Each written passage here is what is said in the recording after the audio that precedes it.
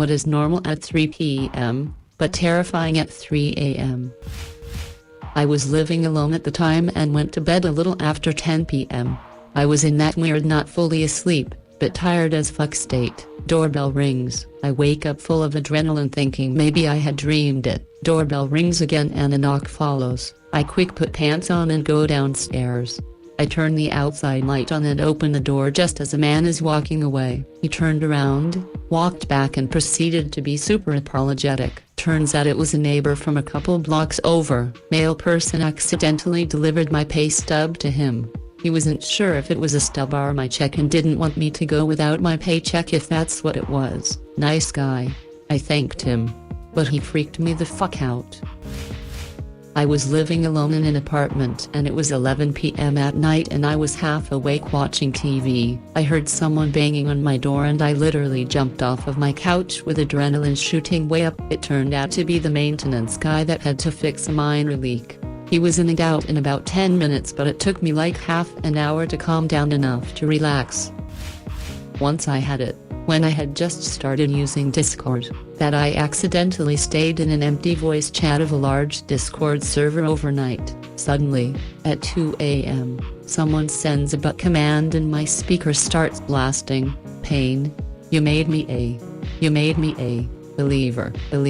I kept out of bed very quickly, and in my half-asleep state I dove under the desk and yanked out my 3.5mm audio cables. Discord wasn't on the taskbar, so I had a silent panic attack that AskReddit game had given me a virus. So I pulled up taskbar and saw Discord, opened it, and yup, some boy was blasting music in the voice chat at 2 a.m. Apart from the night where I woke up feeling my arm burst open. This was the most bizarre dead of night experience I've had. I felt my arm burst open. It was the middle of the night. I woke up for some reason or other, and I tried to move my right arm. Suddenly, I heard a loud, sharp sound. Like a blunt popping sound, as if a plastic bag had been burst open, followed by a hissing noise. As if a rush of gas was escaping from a torn open hole. At that moment, I noticed a dripping sensation on my forehead and face. At 1 a.m., the only logical conclusion was, that's blood on my face. I can't feel my arm. A pop and a hiss. My arm has burst open and air is leaking out of it. I panicked and sat up in the dark, trying to move my right arm but to no avail. I flailed around with my left arm until I grabbed hold of my right bicep and slowly moved my left hand down my right arm, fully expecting, my half-delirious state, to feel the moist remains of a burst open elbow and forearm. But no, my right arm was present, and whole. Slowly, feeling returned to my right arm and I began to piece together what had happened. Somehow, my right arm had fallen asleep and the nerves had temporarily shut off. I had swung my arm outward, and it had slammed against the wall. Hence the loud immediate sound similar to a pop. Then, my arm went limp and slid along the wall, making a hissing sound from the friction between the wall and my arm. Finally, the dripping on my face was simply sweat droplets because I was somewhat overheated in my bed that night. That was easily the most bizarre experience I've had at 2 a.m. Well, I suppose the collapsing bookshelf over my bed might have been more bizarre, but the exploding arm was bizarre for a longer time before realization set in. The collapsing bookshelf. I had been married for only a few months at the time, and I was drifting off to sleep after giving me wife a good never mind. Anyway, I was drifting off to sleep, laying my back. It seemed odd at first, but I was looking upwards at our ceiling, the bookshelf behind our bed stuffed full of oversized books. It looked oddly unstable, and the books were laid in horizontal stacks on top of each other rather than in vertical rows like they should have been. My wife stirred in her sleep and the bookshelf wiggled. A very large stack of books on the topmost shelf, consisting of an atlas, thesaurus, dictionary, and overtly religious dogmatic manifesto belonging to my wife's grandmother, teeters on the edge of the bookshelf. As I saw the books tip over the edge, I instinctively leapt up and out of the bed with a yelp as I heard the rumbling of books and the loud crack of a breaking shelf as the debris collapsed onto the bed. My wife sat up in shock and asked, "What's going on?" In a very confused voice, It was at that point that I recalled that we had no bookshelf in our bedroom, and that the entire scenario, including the rigorous activity I'd had with my wife before trying to sleep, had been part of a very visceral dream. That was a pretty bizarre nighttime experience, probably less bizarre than the late-night encounter with my wife's best friend in a ski resort, but that one doesn't quite count since it wasn't in the dead of night. The late-night encounter with my wife's best friend at the ski resort. We were just engaged at the time, and we'd gone to a ski resort with some of my friends and some of her friends. There were a lot of us in a resort suite that had 3 bedrooms as well as a couch. Doing the math, one of us was forced to sleep on the couch in the main room, and that happened to be me. It was pretty dark and everyone had retired for the night. So, like any normal human who never had any bizarre situations in the middle of the night, I fully expected to simply close my eyes and wake up a moment later to find that it was morning.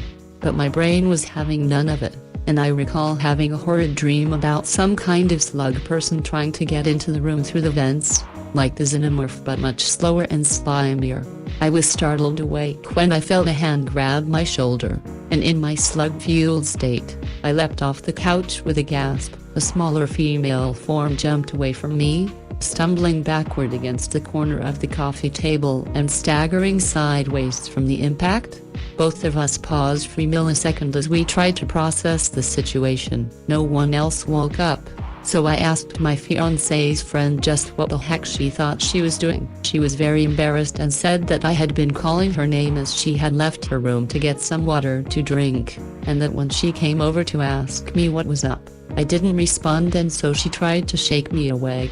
Considering I had dreamed of a slug man, I find this explanation dubious, but I have no other, and thus am forced to make do with the information I had on hand. That was probably my most bizarre nighttime encounter that involved another person. It wasn't as off-putting as the raw meat incident, but it was pretty embarrassing to say the least.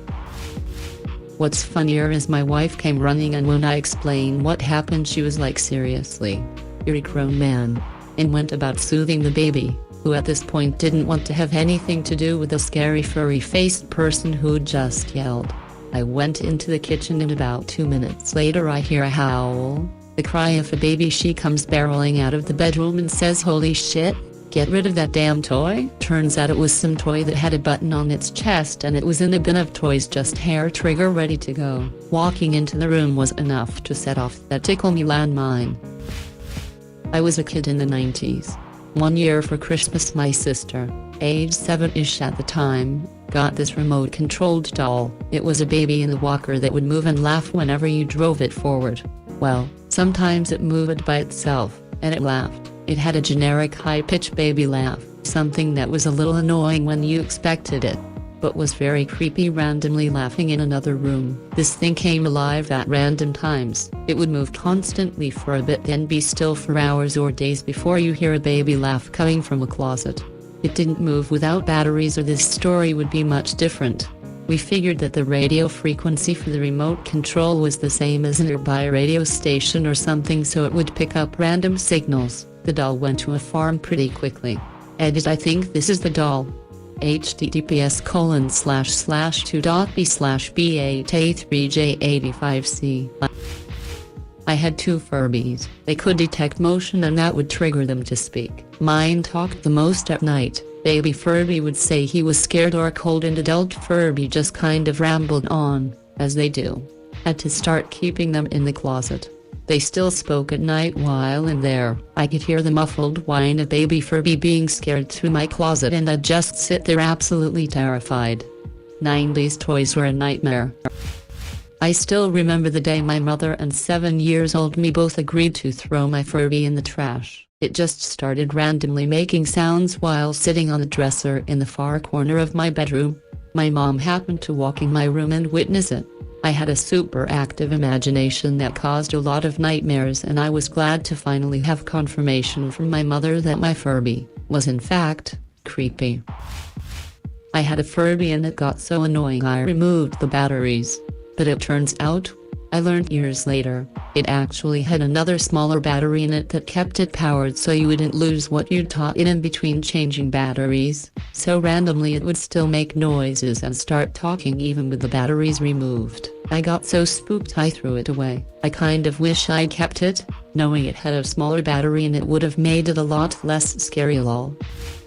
3 nights ago my dog woke me up at around 3 a.m. She wasn't barking but full growling and huffing at my window, full on pointing, which she only does hunting. Freaked me out enough that I checked cameras and did a full property walk around. Nothing, but it freaked me out a bit. The next night, she did the exact same thing at the exact same time. This time I immediately peeked out the window before doing a full walk around. Again nothing. I don't know if she did it last night. I was pretty tipsy when I went into bed and would have slept through it anyway. If she does it again tonight, I'm installing fucking spike strips underneath my window. Got a couple phone calls like this in the past year. Call at 6 a.m. from my sister. The first words she said were, "Brother's name is dead," while hysterically crying. Then a few months later, the same thing from a cousin. Now every time my phone rings and it's a family member, my anxiety and heart rate shoot way up. Definitely some sort of trauma response. Edit. Thank you for all the kind words, everyone. Hearing similar stories actually helps, as I've not talked about it much yet.